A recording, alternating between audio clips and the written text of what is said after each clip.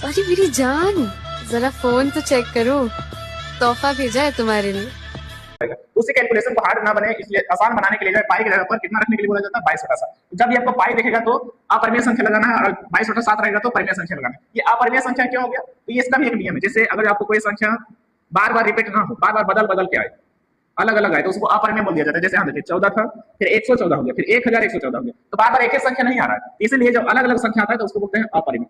जब अब जैसे यहाँ पर देखिए 12 था, फिर 112, फिर 1112, तो ये भी क्या है? अलग अलग आ रहा है, तो अलग अलग तो अपरिमेय संख्या, आपको ऐसे याद रखना है। अगर रहे 0.25, 25, 25, यहाँ देखिए बार बार एक ही संख्या आ रहा है, तो जब एक ही संख्या आता है तो उसको बोलते हैं परिमेय संख्या। सेम सेम तो परिमेय, अलग अलग तो अपरिमेय, सेम सेम तो परिमेय और अलग अलग आएगा तो अपरिमेय। और जैसे बताना है आपको 0.01, 001, 0001, ये कैसी संख्या है, परिमेय या अपरिमेय? तो पर ये जो है एक अपरिमेय संख्या। क्यों? क्योंकि यहाँ पर देखिए पहले 0 1 था, फिर 2 0 फिर उसके बाद फिर 000 आया, तो बार बार जो है अलग अलग हो रहा है, तो अलग अलग रहेगा तो अपरिमेय हो जाता है। ये हो जाएगा अपरिमेय संख्या। अभी प्रश्न हो जाए हम लोग मात्र एक सेकंड में छुट्टी बजा करके इसका आंसर दे सकते हैं। जैसे देखिए पहला प्रश्न है कि परिमेय संख्या कौन है? तो परिमेय संख्या के लिए आपको सिर्फ दो ही बात याद रखनी है। पहला वो बट्टा में हो जाए और दूसरा उसका पूरा पूरा वर्गमूल हो जाए। जैसे यहाँ देखिए 2/√3। अब यहाँ पर ये बट्टा में तो है, लेकिन यहाँ पर हमको एक दिख रहा है कि ये तो अपरिमेय है, और अभी हमने आपको बताया कि एक अपरिमेय तो पूरा का पूरा क्या हो जाएगा? अपरिमेय हो जाएगा। पहचाना क्या है परिमेय? ये हमारा आंसर नहीं होगा। पाई/2, पाई क्या है? पाई अभी हमने आपको बताया कि पाई एक अपरिमेय है, क्योंकि ये जो है नॉन टर्मिनेटिंग डेसिमल, यानी कि अशांत दशमलव, और अशांत दशमलव को अपरिमेय संख्या बोला जाता है। तो ये जो है पाई एक अपरिमेय संख्या, और एक अपरिमेय तो पूरा का पूरा हो जाएगा अपरिमेय, तो ये भी नहीं हुआ आंसर।